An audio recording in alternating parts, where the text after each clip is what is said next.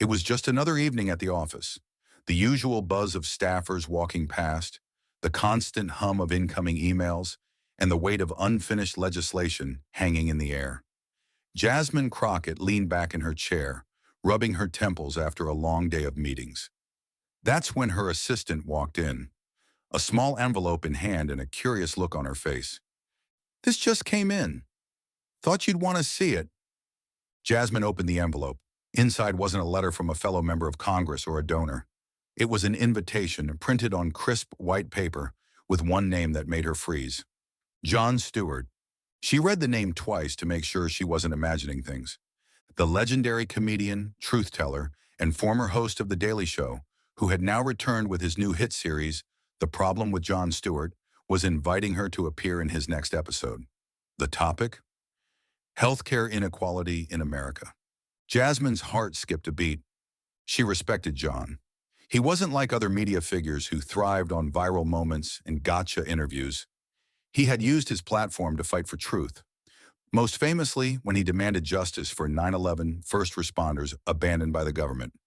But still, she wasn't sure. Appearing on national TV wasn't what scared her. It was what really telling the truth might cost. She had seen it before. People edited out of context, sound bites twisted, reputations ruined. As she stared at the paper, her thoughts drifted, not to her career, but to a small clinic in Texas years ago. She remembered sitting with her mother in a hot, crowded waiting room. Her mother had been in pain, waiting for hours. No one called her name. Nurses passed by without eye contact. It was as if they didn't even exist. That was the first time Jasmine felt what it meant to be invisible in a system that was supposed to care. Now, decades later, she had power, a voice, a seat at the table. But that memory still haunted her, and now Jon was asking if she'd help shine a light on stories like that. Not through a speech or a soundbite, but something deeper. She picked up her phone, took a deep breath, and typed, "I'm in. Let's speak truth. Let's make it count." She hit send. What Jasmine didn't know yet was this one message would spark a chain of events no one could have predicted. A bold experiment, a hidden camera journey, and a national reckoning that would shake both Washington and the media to their core. The next day, Jasmine arrived at a quiet studio tucked away on the east side of Manhattan. No red carpets, no flashing lights, just a simple building with a sign, Busboy Productions. Inside, Jon Stewart was already waiting, sleeves rolled up, notebook in hand, pacing the room like a man who had too many thoughts and not enough time. When he saw Jasmine, he smiled. Not the kind of smile you give to impress, but the kind you give to someone you already respect. "Glad you came," he said. "We've got work to do." They sat down in a bare conference room with only a whiteboard, 2 cups of coffee, and the stacks of files, medical complaints, racial disparity reports, and patient testimonies. Jon didn't waste time. "Talking isn't enough," he said. "You've given speeches. I've done monologues. And still, the system stays broken." He leaned forward. "So I've got a crazy idea." He paused, letting the silence build. "What if we go inside? Not as politicians, not as journalists, just people. You and me. We disguise ourselves, walk into public hospitals, the same way anyone without privilege would, and we see how the system treats us." Jasmine blinked. "Undercover?" Jon nodded. "Hidden mics. No special treatment. We use the most basic health insurance. We wait in line, fill out the forms, sit in the waiting room, just like millions of Americans do every day." Jasmine leaned back in her chair. This wasn't just risky, it was unheard of. She could already hear her team screaming about security risks, political fallout, media spin. But her heart, her gut, told her something else. This could matter. This could open eyes. She looked at Jon. "If we're going to do this, we do it all the way. No cuts, no edits to make us look good. If we're treated well, we show it. If we're ignored, we show it. Deal?" Jon smiled. "That's the only kind of deal I make."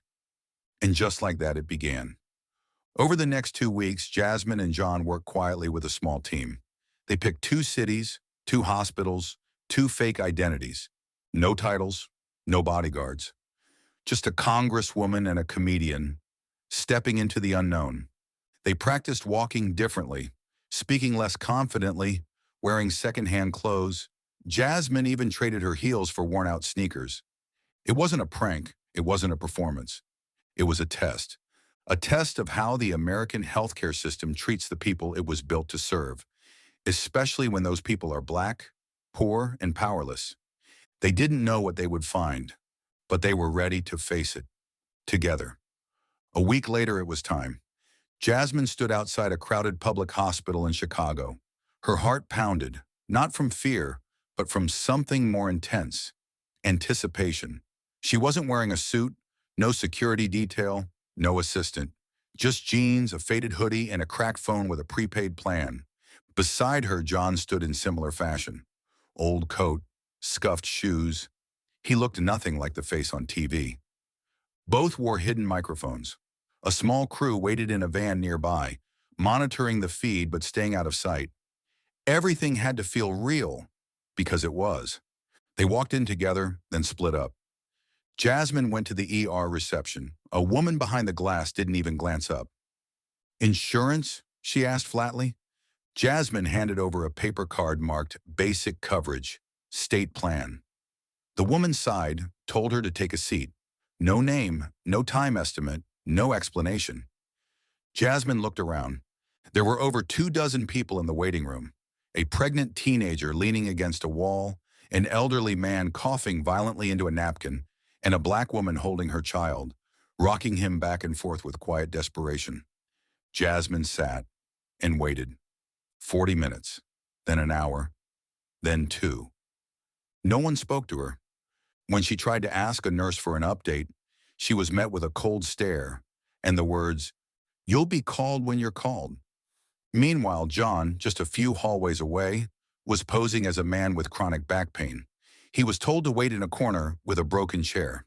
The nurse attending him kept glancing at his chart, but never made eye contact.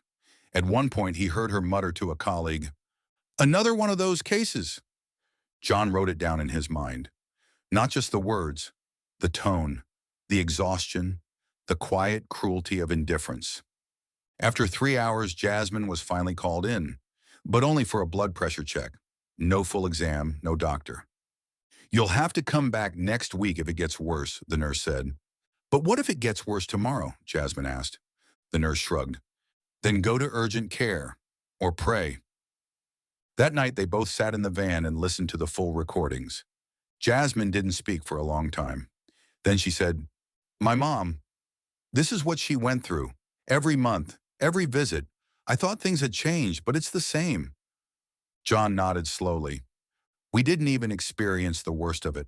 We're still lucky. Imagine if English wasn't our first language, or if we had kids with us, or if we were scared of bills we couldn't pay." They knew then, this couldn't be just a segment. This had to be a spotlight, a mirror. They were no longer telling a story. They had become the story. The night the episode aired, everything changed. No flashy trailers, no dramatic music, just a title. Inside the System, What Happens When No One Sees You. It opened with a quiet shot of the waiting room. Faint coughing, distant footsteps. Jasmine, in her hoodie, sitting silently beneath a flickering ceiling light. Then the voiceover came in. Calm, steady, unmistakably Jon Stewart.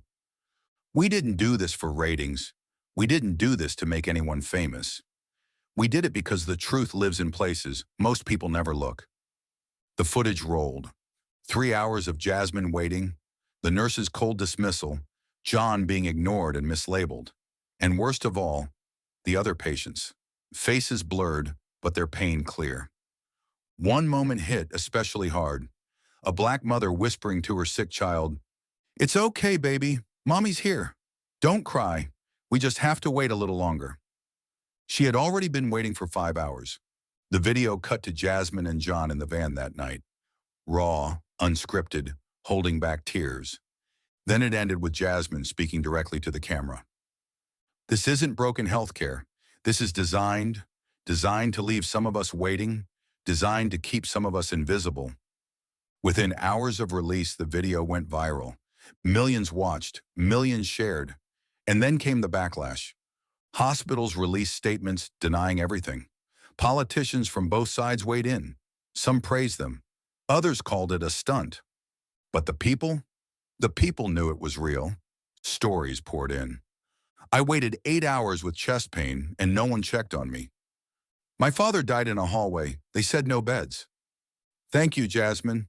Thank you, Jon. We finally feel seen. And then came the twist no one expected. A Senate Health Committee announced an emergency hearing on racial disparities in public health care. Jasmine was invited to testify. This time, she wouldn't need a hoodie or a hidden mic. She'd speak as a congresswoman, as a witness, as a daughter who had waited in too many hospital lobbies. And beside her, Jon Stewart. Not as a comedian, but as a citizen. The alliance no one saw coming had just become unstoppable. The hearing room was packed. Camera crews lined the back wall. Senators whispered among themselves. Advocates, doctors, and journalists filled every seat. The world was watching. At the center sat Jasmine Crockett. No longer undercover, no longer silent. She wore a sharp, deep blue blazer and the calm expression of someone who had nothing to prove, only truth to deliver. Jon Stewart sat just behind her, silent but present, nodding with quiet support. The chairman banged the gavel. Congresswoman Crockett, you may begin your testimony. Jasmine took a deep breath and opened her folder, but then she closed it again, slowly. She didn't need notes. She looked each senator in the eye and began. I've spoken in many rooms, but none like this, because today, I'm not just a lawmaker. I'm a patient, a daughter, a voice for every person who has ever waited in pain while the system looked away. She paused.